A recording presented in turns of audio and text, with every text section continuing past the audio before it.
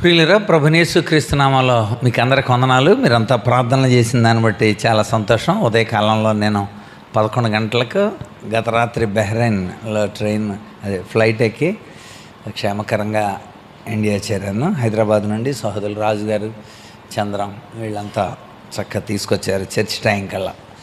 చాలా సంతోషం. మీ అందరి ప్రార్థనలు బట్టి అక్కడ వాతావరణం మరి చుట్టూరు సముద్రమే. బహ్రెయిన్ లాంటి ద్వీపాలు సుమారుగా అలాంటి 33 ఉన్నాయి అక్కడ. బహ్రెయిన్ పెద్ద ద్వీపం. సో అది రాజుల పరిపాలనలో ఉంది కనుక మరి సుమారుగా ఒక 80-90 కంపెనీలు అక్కడ ఉండటాన్ని బట్టి అందరూ అది ఎంప్లాయీ హబ్ అది. సో ఎక్కువ మంది ఎంప్లాయ్మెంట్ కోసం అక్కడికి చేరుతూ ఉంటారు. ఎక్కువ మంది అందరూ ఉద్యోగాల నిమిత్తం వెళ్తారు. ఉద్యోగాలు 1-2 సంవత్సరాలు, ఆడవాళ్ళకి 2 సంవత్సరాలు, మగవాళ్ళకి 1 సంవత్సరం వర్కింగ్ వీసా ఇస్తారు. ఆ తర్వాత వాళ్ళకి సిపిఆర్ ప్రొడ్యూస్ చేసిన తర్వాత వాళ్ళు ఏదో కంపెనీలో ఉండొచ్చు, చేసుకోవచ్చు. అప్పుడు జీతం ప్రొవైడ్ అవుతుంది. సో అలాంటి వాతావరణాలు అయితే అక్కడున్న మన తెలుగు పిల్లలు సుమారుగా 15,000 మందికి పైగా తెలుగు ప్రజలు అక్కడ ఉన్నారు. 15,000 మందికి ప్రజలు అక్కడ లేబర్ క్వార్టర్స్ అని కట్టారు. గవర్నమెంటే కట్టింది. వాళ్ళని అందులో ఉంచి వాళ్ళు ఫుడ్ వాళ్ళు తింటూ పనులు చేసుకోవడానికి కోసం. సో అందులోనే ఉంటున్నారు చాలామంది, ఎక్కువ మంది. మరి పిల్లలు వీళ్ళంతా వాళ్ళ స్వగ్రామాల్లో ఉంటారు, వీళ్ళు అక్కడ ఉంటారు. సో తెలుగు ప్రజల మధ్య పనిచేస్తున్నారు దేవుని పిల్లలు కొంతమంది. గవర్నమెంటే వాళ్ళ కోసం 3 చర్చిలు కట్టింది. ఫస్ట్ ఎన్ఈసి అని ఒక చర్చ్ కట్టింది, నేషనల్ ఎవాంజలికల్ చర్చ్ అని. సో ఆ చర్చిలో వరుసగా అన్ని భాషల వాళ్ళు ఉదయం నుండి సాయంత్రం దాకా నడిపిస్తూ ఉంటారు. అలా కాకుండా అందులో నుండి వేరు ప్రాంతాల్లో చిన్న ఇలాంటి కమ్యూనిటీ హాల్స్ తీసుకొని క్లబ్స్ ఉన్నాయి అన్నమాట అక్కడ. కన్నడ క్లబ్ అని, పాకిస్తానీ క్లబ్ అని వాళ్ళు కట్టుకున్నారు. పాకిస్తాన్ వాళ్ళు వచ్చి, పాకిస్తాన్ కేరళ వాళ్ళు వీళ్ళంతా ఎక్కువ మంది అక్కడ. సో వాళ్ళు కట్టుకున్న క్లబ్స్ని తీసుకొని 4 వారాలకు కనుక 30,000 అలాగా పే చేస్తూ ఉన్నారు. సో బహ్రెయిన్ ప్రజల గురించి బాగా ప్రార్థన చేయాలి. ఎందుకంటే క్రైస్తవ్యం చాలా తక్కువగా ఉంది. క్రైస్తవుల సంఖ్య పెరుగుతోంది, కానీ నామకార్థ క్రైస్తవుల సంఖ్య చాలా ఎక్కువ. ఎందుకంటే సాయంత్రం దాకా పనిచేసి రావడం, కుటుంబంతో 1 గంట మాట్లాడుకోవటం, నచ్చినట్లు ఉంటాం, మళ్ళీ పడుకుంటాం, మళ్ళీ తెల్లారి లేకటం, మళ్ళీ అంతే. అలా జీవన కార్యాల్లో ఇంకా భక్తి, విశ్వాసం, నీతి, ఎవరన్నా బుద్ధి చెప్పటం అలాంటివి ఏముంటాయి ఇండివిజువల్. కనుక ఇలాంటి పరిస్థితుల్లో చాలామంది పతనమవుతున్న స్థితులు చూసాం మేము. చాలామంది బ్రోకెన్ ఫ్యామిలీస్ ఎక్కువ మంది ఉన్నారు అక్కడ. అది భార్యాభర్తలు కాకుండా ఇండివిజువల్ వేరుగా వచ్చి ఉండడం, అలాగా సహజీవనాలు గడపడం అక్కడ, ఇలాంటివి బాగా ఎక్కువ ఉన్నాయి. చేత బహ్రెయిన్ గురించి ప్రార్థించాలి. అక్కడ ఉన్నంత రోజులు కూడా మేము ఆ విషయం మీద ఎలాగ మనము ఒక సత్క్రియ వాళ్ళలో ఇంప్రూవ్మెంట్ చేయాలనే విషయం మీదే మేము ఎక్కువ కాన్సన్ట్రేట్ చేసి వర్తమానాలు అందించాం. దేవుడు బహ్రెయిన్ ట్రిప్లో 8 రోజులు అక్కడ ఉన్నాను. 8 క్రిస్మస్లకు హాజరయ్యాను. చాలా ఘనంగా వాళ్ళు వీడ్కొలు, స్వాగతం 2 బాగా చేశారు. చాలా సంఘం అంతా కూడా, దైవజనులందరూ కూడా మరి వచ్చి ఎయిర్పోర్ట్లోకి వచ్చి అక్కడ ప్రార్థనలు చేసి సాగనంపారు. దేవుడిచ్చిన మంచి తరుణాన్ని బట్టి దేవుని స్తుతిస్తున్నాను. వాతావరణం కొంచెం మనకు అక్కడ అనానుకూలంగా అనిపించింది నాకైతే. వాతావరణం 17-18 డిగ్రీల సెంటీగ్రేడ్ కనుక చాలా ఇబ్బంది పడ్డాను నేనైతే. ఎందుకంటే ఎన్ని వేసుకున్నా తట్టుకోలేకపోతాం. రూమ్ టెంపరేచరే 18 డిగ్రీల సెంటీగ్రేడ్, బయట 16-15.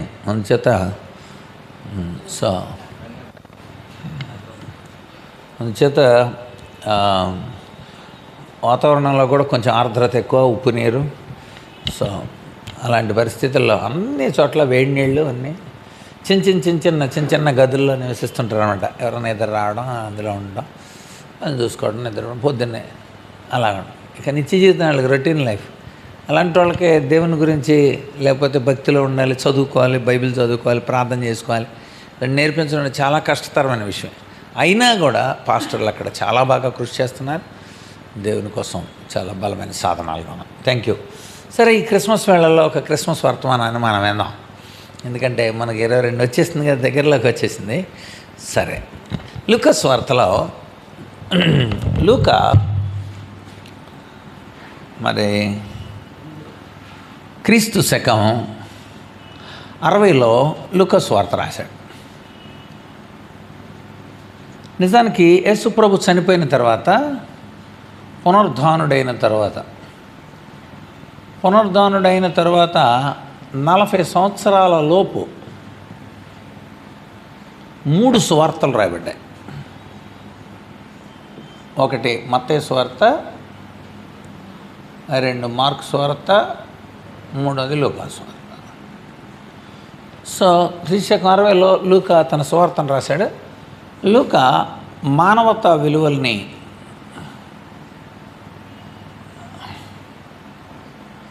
ఎక్కువగా కాన్సన్ట్రేట్ చేశాడు. అందుకనే యేసు ప్రభు మనుష్య కుమారుడు అన్న విషయాన్ని ఎక్కువగా చెప్పాడు. మనకు అందుకే 19:10లో నశించిన దాన్ని వెదకి రక్షించడానికి మనుష్య కుమారుడు. నిజానికి 24 అధ్యాయాల్లో 23 సార్లు ఉంది మనుష్య కుమారుడు అని. కనుక 24 అధ్యాయాల్లో 23 సార్లు రాయబడిందంటే అర్థం ఏంటంటే కనీసం సరాసరిన అధ్యాయానికి ఒకసారి మనుష్య కుమారుడు అని గుర్తు చేశాడని అర్థం. సో ఆయన మనుష్య కుమారుడికి లోకానికి వచ్చాడు. అందుచేత ఆయన మానవతా విలువల్ని, అందుచేత ఆయన జననం కానీ, ఆయన జననం ఎంత దినాతిదినంగా ఉందో, ఆయన జీవితం ఎంత దీనులకు, పేదవాళ్ళకి, తోలివేయబడిన వాళ్ళకి, అన్యులకి ఎలా ఉందో, ఆయన మరణం, ఇవన్నీ కూడా మానవతా విలువలనే బాగా సూచించాయన్నమాట. అన్యులైన వాళ్ళని ఎక్కువగా కాన్సన్ట్రేషన్ చేయటం జరిగింది. అన్యుల కోసం దేవుడు ఎలాంటి ధన్యకరమైన జీవితాన్ని ఆయన చేశాడో మంచి సమరయుడు కథ. మంచి సమరయుడు అది కూడా లూకా వార్తలోనే కనబడుద్ది. యేసు ప్రభు చెప్పిన మానవతా విలువల్లో మంచి సమరయుని కథ, తప్పిపోయిన గొర్రె, పోగొట్టుకున్న నాణ్యం, లేకపోతే జారిపోయిన అనాలి, తప్పిపోయినా, ఇదే జారిపోయినా, 3వది చచ్చిపోయిన. అది తప్పిపోయిన గొర్రె, జారిపోయిన నాణ్యం, చచ్చిపోయిన కుమారుడు. సో ఇలాంటి మానవతా విలువల్ని చాలా స్పష్టంగా చెప్పింది లూకా రాశాడు. యేసు ప్రభువుని కానుక 2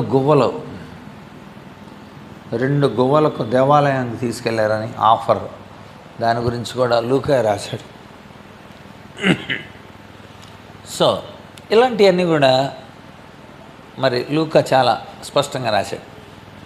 పిలాతును గురించిన విషయాలు యోహాను కూడా రాశాడు. కానీ ఆయన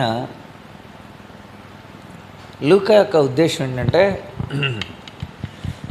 అన్యులని ధన్యులు చేయడానికి యూదుల్లో పుట్టి అన్యుల దగ్గరికి వెళ్ళి వాళ్ళని సమకూర్చడానికి కోసం. అందుకనే సారెపతు విధవరాలు గురించి,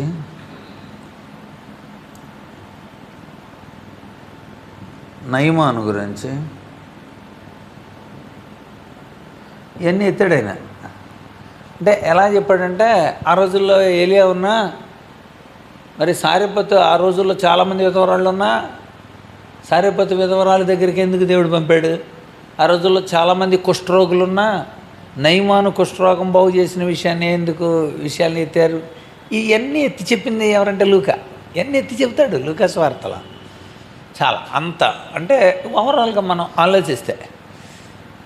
అలాగే యేసుప్రభు యొక్క జననాన్ని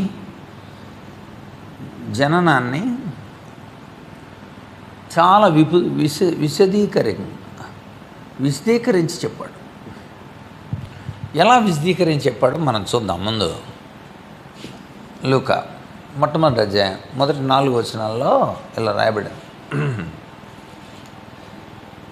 ఘనత వహించిన తెయోఫిలా, లూకా సువార్త ప్రారంభాలు అపోస్తల కార్యాల ప్రారంభాలు రెండో ఒకటే ఉంటాయి కనుక లూకా సువార్తని లూకా రాశాడు, అపోస్తల కార్యాలని కూడా లూకా రాశాడు.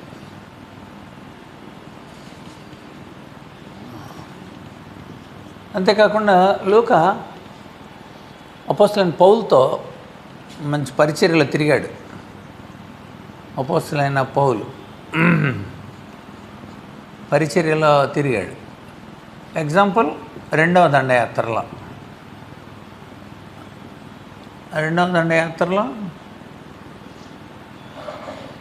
పౌలుతో మొట్టమొదట ఫిలిప్పీకి, తర్వాత తెస్సలోనికేకి, ఆ తర్వాత బెరయ్యకి, ఆ తర్వాత పౌలు ఒక్కడే ఏథెన్స్ వెళ్ళాడు. వీళ్ళు మళ్ళీ తెస్సలోనికి వచ్చారు. ఆ తర్వాత మళ్ళీ తెస్సలోనికి వాళ్ళు కొరింథీ నుండి ఎఫెసీకి, ఇవన్నీ పౌలుతో పాటు తిరిగాడు. సో అపోస్తలుడైన పౌలు పరిచర్యలో లూకా కూడా ఉన్నాడు. లూకా డాక్టర్ కనుక ఎలా అయితే డిసెక్షన్ చేస్తారో క్లారిటీగా అంత చక్కగా అన్ని వివరాలు తను రాసిన అన్ని వివరాలు కూడా పరిశోధించి రాశాడు. అందుకోసం ఎలా రాశాడు అనేది ఇక్కడ చెప్పాడు. చూద్దాం. అందులో నేను 4 విషయాలు చేసుకొని మనం ముందుకెళ్దాం. ఘనత వహించిన తెయోఫిలా, ఆరంభం నుండి కన్నులారా చూచి వాక్య సేవకులైన వారు మనకు అప్పగించిన ప్రకారం మన మధ్య నెరవేర్చిన కార్యాలను గూర్చి. చూసారా ఏమి నీకు రాస్తున్నానో తెలుసా తెయోఫిలా? నెంబర్ 1 మొట్టమొదట కన్నులారా చూచినవి. అంటే డాక్టర్గా తను కన్నులారా, ఇప్పుడు కంటి ఆపరేషన్ చేయాలంటే చూసి చేయాలి. పేగుల్లో ఏదైనా కణితే ఏదైనా ఉందనుకోండి చూడాలి, ఎంత పరిధి ఉంది, ఎంత ఉంది, ఎక్స్రేలు ఇవన్నీ చేశాక అప్పుడు ఆపరేషన్ చేయాలి.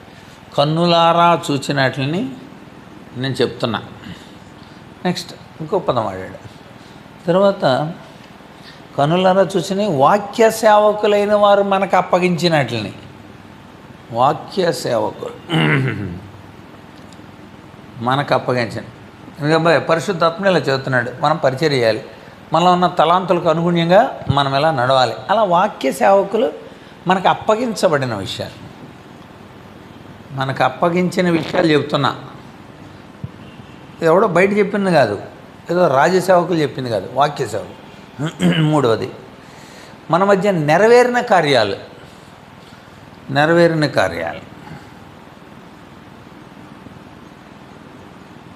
యేసుప్రభు ఆత్మ మన లోపలికి వచ్చినప్పుడు మనలో ఇలాంటి గొప్ప కార్యాలు జరిగినాయి కనుక అవి రాస్తున్నాను నేను. కనుక నెరవేరిన కార్యాలు అవి కూడా నీకు చెప్తున్నా. ఇంకేమన్నాడు? వివరంగా వ్రాయటకు అనేకులు పూనుకున్నావు, నువ్వు తెలుసుకుంటకు వాటినన్నింటినీ మొదటి నుండి పూనుకొనుచున్నాను కనుక నీకు ఉపదేశింపబడిన సంగతులు నిశ్చయముగా జరిగినవి. అవి నెరవేరిన కార్యాలు లేక జరిగిన కార్యాలు, జరిగినవి. నెక్స్ట్ దాని తర్వాత ఇంకో పదం ఉంటుంది, మొదటి నుండి తరచి పరిష్కారంగా తెలుసుకున్నవి. పరిశోధించి తరచి పరిష్కారంగా కనుక్కున్నాయి రాస్తున్నా.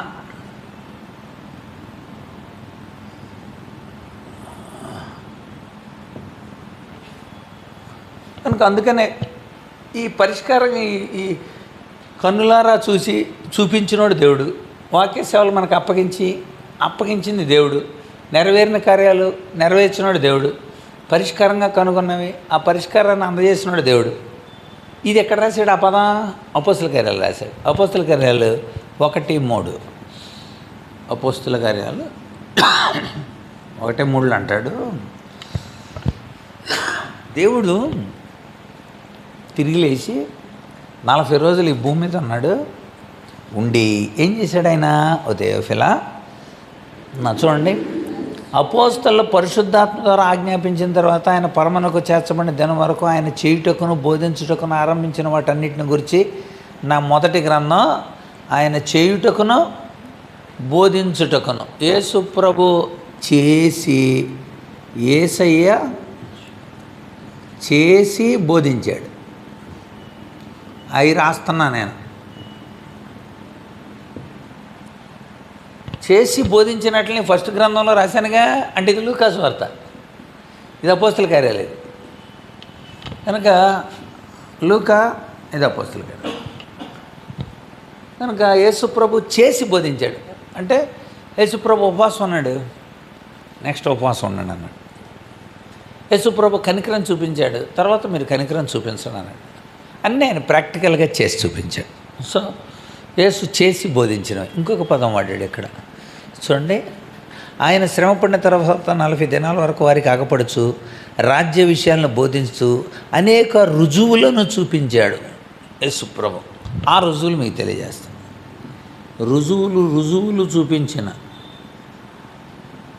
రుజువులు చూపించిన యేసు,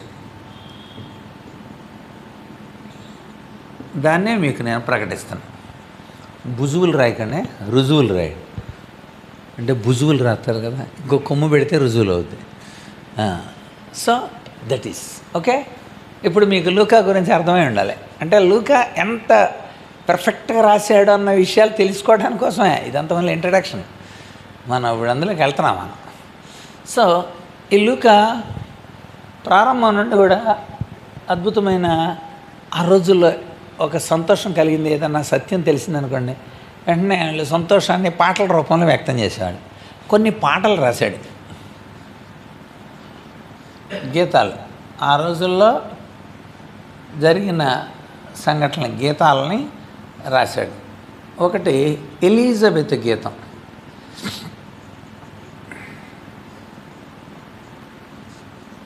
2 మరియ గీతం, 3 జకరియా గీతం, 4 దేవదూతల గీతం, 5 సిమియోను గీతం,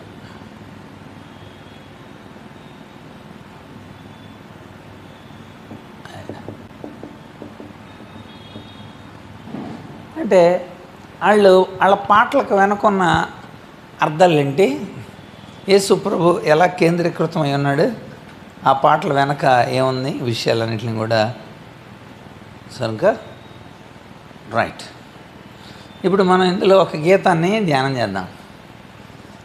ఓకే, మనకున్న తక్కువ నిడివిలో ఒక 3 విషయాలు ఉన్న ఒక గీతాన్ని మనం ధ్యానం చేద్దాం. అందులో ప్రధానమైనది జకరియా గీతం. ఓకే, జకరియా గీతంలోని విషయాలు మనం చూద్దాం. ఓకే, మీకు ఇది అర్థమైంది కదండి, నోట్ చేసుకున్నారా లూకాను గురించి? ఓకే, లూకా పునరుద్ధానుడైన తర్వాత 40 సంవత్సరాల్లో లోపే రాశాడు. క్రీస్తు 60లో లూకా సువార్త రాశాడు. మానవత్వ విలువలతో రాశాడు. మనుష్య కుమారుడిగా పోల్చి రాశాడు యేసుప్రభుని. అంటే మత్తయి రాజుగా పోల్చి రాశాడు. మార్కు సేవకుడిగా పోల్చి రాశాడు. లూకా మనుష్య కుమారుడిగా పోల్చి రాశాడు. యోహాను దేవుని కుమారుడిగా పోల్చి రాశాడు. సో ఒక్కొక్కరు ఒక్కొక్క కోణంలో సో ఆయన జననం, జీవితం, మరణం ఎంత క్లియర్ కట్గా సునిశ్చితంగా పరిశీలనలో రాశాడు. మంచి సమరైన కథలు, తప్పిపోయిన, జారిపోయిన, చచ్చిపోయిన కుమారుడు, ఇవన్నీ కూడా ఉదాహరణలు. యేసుప్రభు చెప్పినవన్నీ, అలాంటి మానవత్వానికి సంబంధించినవన్నీ రాశాడు. తర్వాత సారిపతి విధవరాలకు సంబంధించిన నయమాను విషయాలు, యేసుప్రభు జన్మాన్ని బాగా విశదీకరించాడు. లూకా సువార్త, అపోస్తల కార్యాలు 2 రాశాడు. పౌలుతో మంచి పరిచయం చేశాడు. లూకా ఒక డాక్టర్ కనుక కన్నులారా చూసినవి రాశాడు. వాక్య సేవకు బోధించినవి రాశాడు. నెరవేరిన విషయాలు రాశాడు. తరిచి పరిష్కారంగా కనుక్కునే రాశాడు. యేసు ప్రభు చేసి బోధించినవి రాశాడు. అంతేకాకుండా రుజువులు చూపించిన, యేసు ప్రభు రుజువులు చూపించినట్లు రాశాడు. సో లూకా ఇట్స్ వెరీ ఎఫిషియెంట్గా కనబడుతుంది. రైట్, మనం ఇప్పుడు జకరియా గీతాన్ని మనం ధ్యానం చేద్దాం.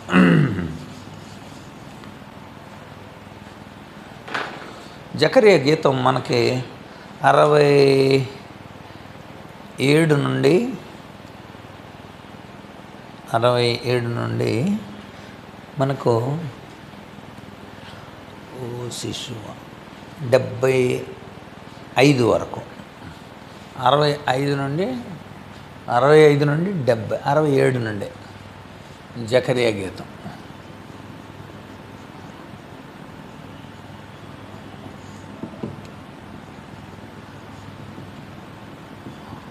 ఒకటి 67 నుండి 75 వరకు జకరియా పాట పాడాడు. జకరియా పాడిన పాట ప్రధానమైన ఉద్దేశం ఏంటంటే, యేసు ప్రభు ఈ లోకానికి రక్షణ నిమిత్తమే వచ్చాడనే ఉద్దేశం చెప్పాడు. రక్షణకు సంబంధించిన గీతం ఇది, రక్షణ గీతం అని మనం చెప్పుకోవాలి. రక్షణ గీతం.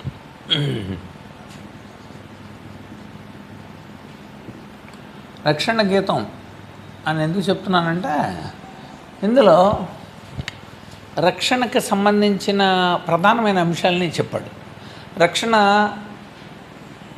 ఎవరికి అవసరం, రక్షణ ఎవరు తెస్తారు, రక్షణ వలన కలిగే ఫలితాలు ఏంటి, ఆ 3 చెప్పాడు ఇందులో. అందుకని మనం ఇప్పుడు చూద్దాం. చూడండి 67వ వచనం. మరియు సందర్భం ఒకసారి చెప్పుకుందాం. సందర్భం ఏంటంటే, జకరియా మంచి లక్షణాలు కలిగినవాడు. అతని గురించి బైబిల్లో చాలా వరుసగా 8వ వచనంలో దేవుని ఎడల మంచి యాజక ధర్మం చేస్తున్నవాడని మనం చూసాం. అతని భార్య ఎలిజబెత్ మంచి విశ్వాసి, దేవుని యొక్క ధర్మశాస్త్ర క్రియలన్నింటినీ కూడా చేస్తున్న వాళ్ళు ప్రార్థన చేస్తుంటే దేవుడు వినేవాడు. వారిద్దరూ కూడా భయభక్తులు కలిగి ఉండి దేవుని యొక్క ఆజ్ఞలు పాటిస్తూ న్యాయ విధుల చొప్పున నిరపరాధులుగా నడుచుకుంటూ నీతిమంతులుగా ఉన్నారు. అది జకరియా గారు. అయితే ఒక రోజున జకరియా దావీదు యొక్క క్లాసిఫికేషన్స్లో 24 తరగతులుగా విభజించాడు దావీదు. అందులో జకరియా అబియా తరగతికి చెందినాడు. 34వ వారంలో తాను ధూపం వేస్తున్న టైంలో దేవుని యొక్క దూత జకరియాకి కనిపించాడు. అది హిస్టారికల్ ఇష్యూ. సో కనిపించి, ఇదిగో నీకు ఒక బిడ్డ పుడతాడు, ఆ బిడ్డ ప్రభు దృష్టికి గొప్పవాడవుతాడు, ద్రాక్షరసం ముట్టుకోకుండా తల్లి గర్భంలో పుట్టిన మొదలుకొని కూడా మరి పరిశుద్ధాత్మతో నిండుకున్నవాడిగా ఉంటాడు. అంతేకాకుండా అనేకులను ప్రభు అయిన యేసుక్రీస్తు వైపుకు తిప్పుతాడు. ఒక మంచి సాధనంగా నీకు సంతోషం కలిగిస్తాడు, అందరినీ సంతోషపరిచేవాడుగా ఉంటాడు. కనుక ఈ సువార్తమానం దేవుని నుండి నేను నీకు తీసుకొస్తున్నాను అని అంటే, జకరియా మనసులో నవ్వుకున్నాడు. నేను ముసలోడిని, నాకు బిడ్డ పుట్టడం ఏంటి, బాగా వృద్ధులం మేము, నమ్మలేదు. అందుకు దేవుని దూత మళ్ళీ దేవుడే తన యొక్క సందేశాన్ని ఏం చెప్పాడు, నువ్వు దేవుని యొక్క మాటలు వాటి కాలంలో నెరవేరుతాయి. 20వ వచనంలో అన్నాడు, వాటి కాలంలో నెరవేరుతాయి, కానీ నువ్వు నమ్మలేదు కనుక, ప్రవక్త అయి ఉండి దేవుని మాటలు నమ్మకపోతే దేవుడు ఎలా సహిస్తాడు, అందుకోసం నీ నోరు పడిపోద్ది అన్నాడు. వెంటనే జకరియా మూగవాడైపోయాడు. లోపల దేవుడి సన్నిధానంలో బయటకు వచ్చిన తర్వాత మాట్లాడలేకపోతున్నాడు. ప్రజలందరికీ భయం వేసింది, ఏదో జరిగి ఉంటుందని. అది జకరియాకు ఒక్కడికే తెలుసు. ఆ తర్వాత ఎలిజబెత్ గర్భవతి అయింది, బిడ్డను కూడా కన్నది. కన్న తర్వాత 8వ రోజున సున్నతి చేసిన తర్వాత పేరు ఏం పెట్టాలంటే వాళ్ళు ఏదో పేర్లు చెప్తున్నారు, కానీ నేను చెప్తాను అని పలక తీసుకురమ్మని పలక తీసుకొచ్చి దాని మీద యోహాను అని రాశాడు, దేవుని కృప అని రాశాడు. ఎప్పుడైతే దేవుని కృప అని రాశాడో వెంటనే అతని నోరు తెరబడి సడలి దేవుని స్తుతించాడు. వెంటనే దేవుని స్తుతించాడు. ఆ స్తుతించేటప్పుడు ఈ పాట పాడాడు. తన కొడుకు గురించి కూడా పాడాడు, కానీ దానికంటే ముందు యేసయ్యని గురించి పాడాడు. యేసు ప్రభు ఈ లోకానికి ఎలా వస్తున్నాడు, ఆయన యొక్క గొప్ప కార్యం ఏంటి, ఆయన చర్యలేంటి, రక్షణ గీతాన్ని జకర్యా పాడాడు. సో అందులోని విషయాలు మనం చూద్దాం. చూడండి ఒకసారి. మొట్టమొదటిది, ప్రభువైన ఇశ్రాయేలు దేవుడు స్తుతింపబడుగాక. ఆయన తన ప్రజలకు దర్శనమిచ్చి వారికి విమోచన కలగజేశాను. తన సేవకుడైన దావీదు వంశమునందు మన కొరకు రక్షణ శృంగమును, మన కొరకు రక్షణ శృంగము. ఇది మొట్టమొదటి విషయం. మన కొరకు రక్షణ శృంగము. శృంగము అనే పదానికి కొమ్ము. శృంగం, శృంగనాదం అంటే అర్థం అది కొమ్ముతో ఊదే శబ్దాన్ని శృంగనాదం అని. అదే సింగినాదం అయింది చివరికి. శృంగనాదం వినబడుతుంది, జీలకర్ర వచ్చిందని అర్థం. అప్పుడు జీలకర్ర మనకు దొరికేది కాదు, ఇతరులు ఓడల్లో వచ్చేది అనమాట. శృంగనాదం అని ఊదేవారు అనమాట. అది ఊస్తే ఓహో శృంగనాదం జీలకర్ర వచ్చిందని అర్థం. అదేమైంది చివరికే సింగినాదం జీలకర్ర అయింది. అలా మారుతుంటే. సో శృంగము అంటే కొమ్ము. ఈ కొమ్ము శక్తికి, అధికారానికి, బలానికి గుర్తు. శక్తికి, అధికారానికి, బల ప్రభావానికి గుర్తు. అంటే యేసు ప్రభు రక్షణ శృంగం. అంటే రక్షణ ఇవ్వడానికి శక్తిమంతుడు, రక్షణ ఇవ్వడానికి అధికారం కలిగినాడు, రక్షణ ఇవ్వడానికి బలప్రభావం కలిగినాడు. ఎస్, రక్షించడానికి శక్తిమంతుడు. ఎక్కడుంది బైబిల్లో? హెబ్రీ పత్రిక 7:25. యేసు ప్రభు రక్షించడానికి శక్తిమంతుడు అను. అక్కడేమని ఉంటుంది? అక్కడ ఆయన మిమ్మను సంపూర్ణంగా రక్షించడానికి శక్తిమంతుడై ఉన్నాడు అని ఉంటుంది 7:25లో. యోధ 1:24లో ఏముంటుంది? యోధ 1:24, తొట్టిల్లకుండా మనల్ని కాపాడుటకును, తన మహిమ ఎదుట ఆనందంతో మనల్ని నిర్దోషులుగా నిలబెట్టుటకును శక్తి కలిగిన మన రక్షకుడైన అద్వితీయ దేవుడు అంటాడు. శక్తి కలిగిన మన రక్షకుడు కనుక ఆయన శక్తి కలిగినవాడు. రెండవది, ఆయన రక్షించడానికి అధికారం కలిగినాడు. అధికారం దేవుడు చెప్పాడు, నువ్వెవరు పాపాలను క్షమించడానికి అంటే యేసుప్రభు ఏమన్నాడు? మార్క్స్ వార్త 2:10. మార్క్స్ వార్త 2:10, పాపములు క్షమించుటకు భూమి మీద మనుష్య కుమారునికి అధికారము కలదు. నాకు అధికారం ఉంది. కనుక యేసు ప్రభు ఒక రక్షణ శృంగంగా, ఒక కొమ్ముగా, కొమ్ము బలానికి గుర్తు. కొమ్ము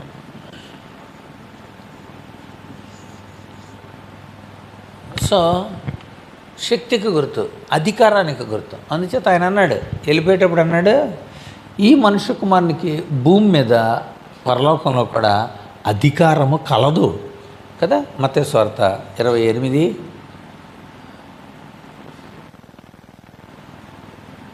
ఎంతండి? 16.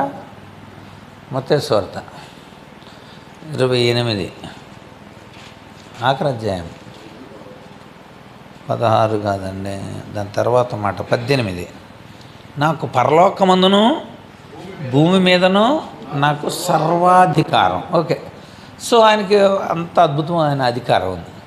ఇంకోటి, ఆయన బల ప్రభావాలు కలిగినవాడు. ఆయన పేరేంటి? బలవంతుడైన దేవుడు. యెషయా 9:6,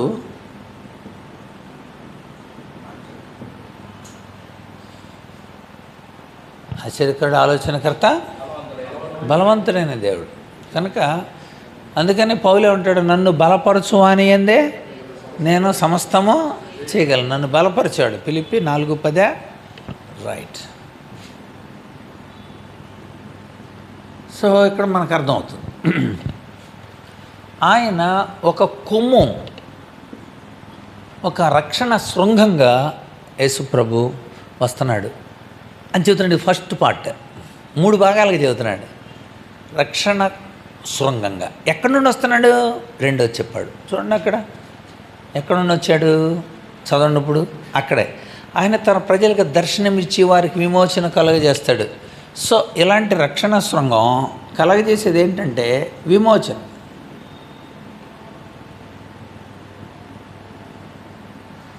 యేసుక్రీస్తు ద్వారా, ఈ శక్తి ద్వారా విమోచన, ఈ అధికారం ద్వారా విమోచన, ఈ బలప్రయోగం ద్వారా విమోచన.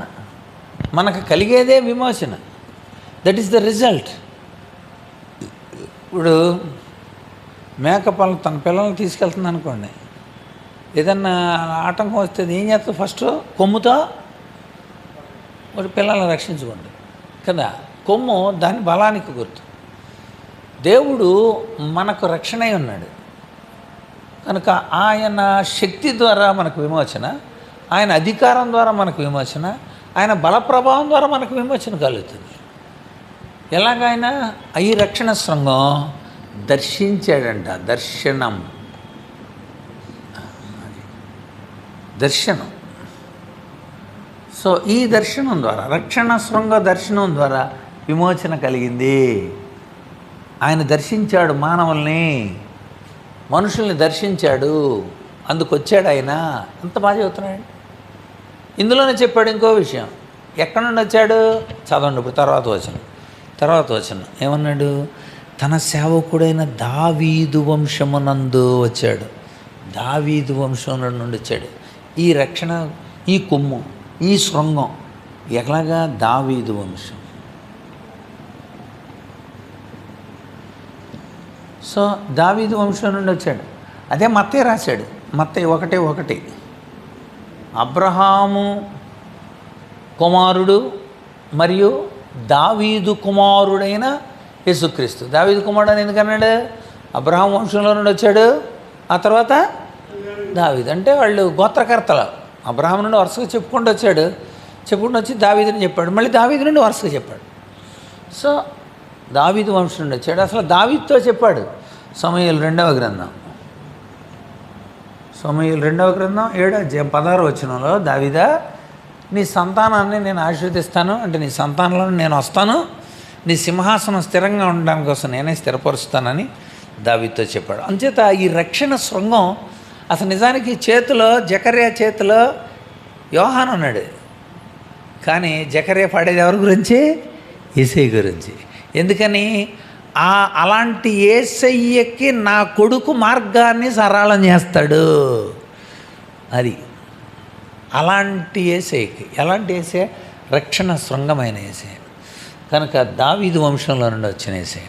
నెక్స్ట్ రెండవ విషయం, ఆయన ఎందుకు వస్తున్నాడో విషయాలు చెప్పాడు. చూడండి, తర్వాత విషయాలు చూద్దాం. మన శత్రువుల నుండి, మనం ద్వేషించు వారందరి చేతి నుండి తప్పించి ఆయన రక్షణ కలగజేశాను. రెండవది, ఒకటి రక్షణ శృంగం ఆయన, రెండవది రక్షణ కలగజేసేవాడు ఆయన.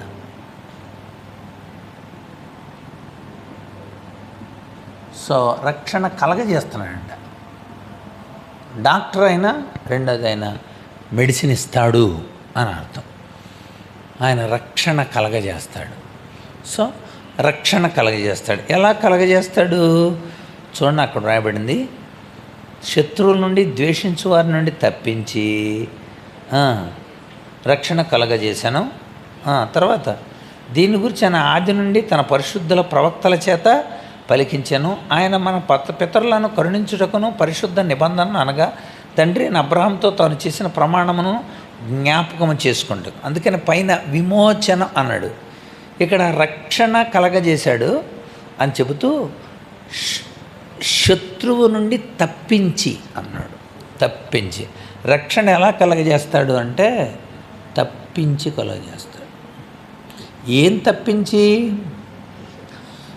ఒకటి, హెబ్రీ పత్రిక 2:14 ప్రకారం అక్కడ ఇలా అన్నాడు, మనమందరము ఆ పిల్లలు రక్త మాంసములు కలవారైనందున ఆ ప్రకారమే మరణము యొక్క బలము గలవారిని, అనగా అపవాదిని మరణము ద్వారా నశింపజేయుటకును, జీవితకాలమంతయు మరణ భయము చేత దాస్యమునకు లోబడిన వారిని విడిపించుటకు ఆయన కూడా రక్త మాంసములలో పాలివాడాయన. అంటే నీకున్న మరణ భయం నుండి తప్పించడానికి, మరణం నుండి తప్పించడానికి, నీ మీద దాడి చేస్తున్న అపవాది నుండి తప్పించడానికి, ఈ లోకంలో నీ మీద పనిచేస్తున్న దాస్యాలు, లేకపోతే నీ దాస్యం, నీ భయం, వీటన్నిటి నుండి తప్పించడానికి యేసు ప్రభు ఆయన వచ్చాడు. ఎలా వచ్చాడు? శక్తిగా వచ్చాడు. ఎలా వచ్చాడు? అధికారంతో వచ్చాడు. ఎలా వచ్చాడు? బలప్రభావంతో వచ్చాడు. ఒక కొమ్ముగా వచ్చాడు. విమోచన ఇవ్వడానికి వచ్చాడు. రక్షణ కలగజేయడానికి వచ్చాడు. తప్పించి, ఈ తప్పించిన ఆయన తప్పిస్తాడని ముందు నుండి తెలుసు. అబ్రహాము దగ్గర నుండి నిబంధన చేస్తున్నాడంట. చూసారు, మళ్ళీ ఇక్కడ ఎవరిని కలిపాడు? దావీదుని కలిపాడు.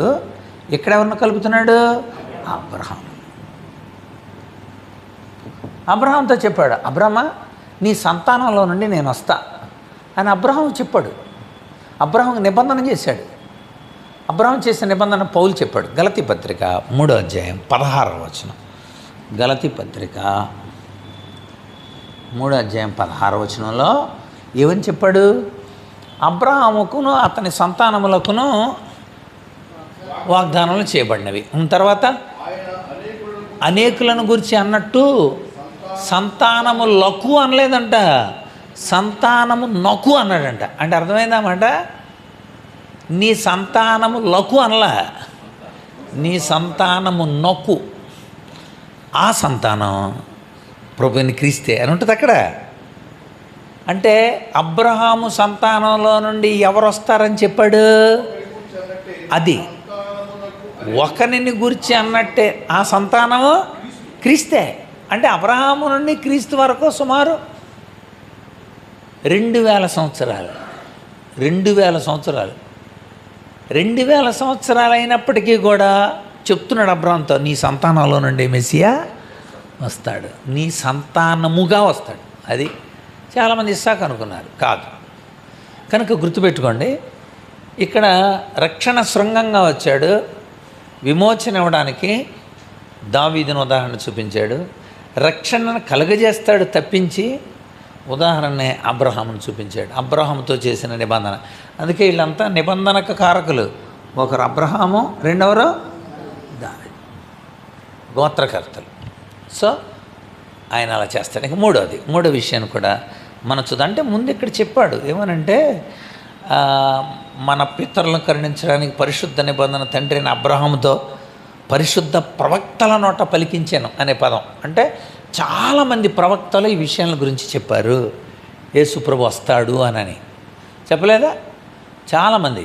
ఇప్పుడు ఉదాహరణకి యెషయా ప్రవచించాడు. ఏమని అంటే, చాలామంది ప్రవక్తలు అంటే ఊరక 2-3 ప్రవక్తలను గుర్తు చేస్తాను.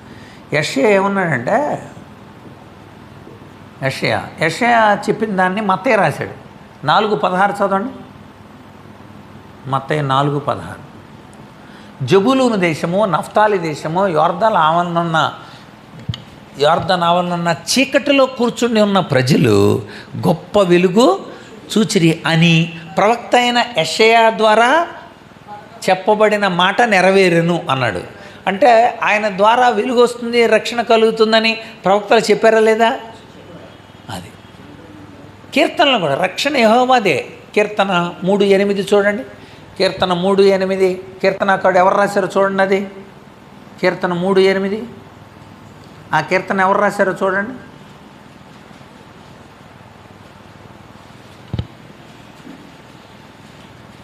కీర్తనల గ్రంథం 3:8 అండి. 3వ కీర్తన ఎవరు రాశారు? కరెక్టే. ఎవరు రాశారు ఆ కీర్తన? పైన దావీదు రాశారు. అంటే దావీదు చేత దేవుడు ముందుగానే ప్రకటింపజేశాడు రక్షణ ఇస్తాడనని. ఓకే, దానియేలు లాంటి ప్రవక్తలు ప్రవచించారు. దానియేలు గ్రంథం 9:24. ఇది దావీదు, అది యెషయా, దానియేలు 9:24 చదవండి. తిరుగుబాటును మాన్పిస్తాడు, పాపాన్ని నివారణ చేస్తాడు, దోషానికి ప్రాయశ్చిత్తం చేస్తాడు, యుగాంతం వరకు నీతిని ప్రతిష్ఠిస్తారా. ఇవన్నీ రక్షణ కార్యాలు అని ప్రవక్తల ద్వారా చెప్పబడినట్లు నెరవేరుతుంది అన్నాడు. ప్రవక్తల ద్వారా ఇది రెండవ విషయం అండి. ఒకటి రక్షణ శృంగంగా వచ్చాడు, రెండవది రక్షణ కలగజేశాడు. మూడో విషయం అక్కడ చూడండి, అక్కడే శత్రువుల చేతిలో రిజల్ట్ ఎలా ఉంది, వాట్ ఈజ్ రిజల్ట్ ఏంటో కూడా మనం చూస్తే సరిపోతుంది.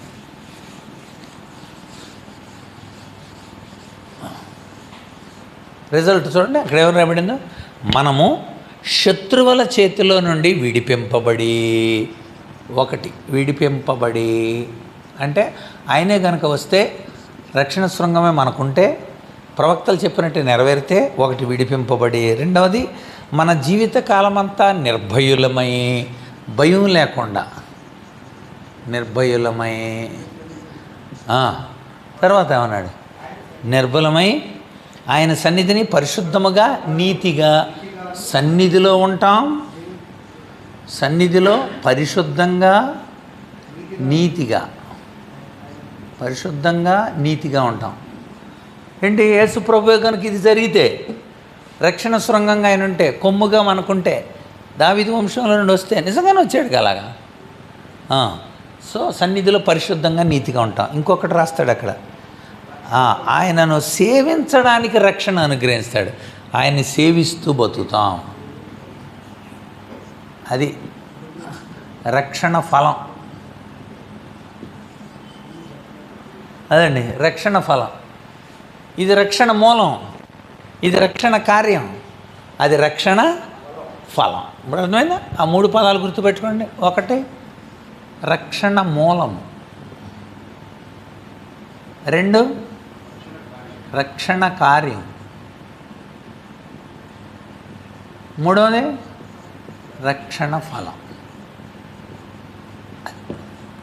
రక్షణకు మూలం కొమ్ము, రక్షణ శృంగం, రక్షణ కార్యం ఆయనే చేశాడు, ప్రవక్తల ద్వారా చెప్పించినట్లుగా చేశాడు, తప్పించాడు మనందరి కోసం. 3వది రక్షణ ఫలం. కనుక మనం విడిపింపబడి నిర్భయలమై ఆయన సన్నిధానంలో ఉంటూ పరిశుద్ధంగా నీతితో బతుకుతూ ఆయన సేవిస్తాం. ఎంత వారాచేయండి.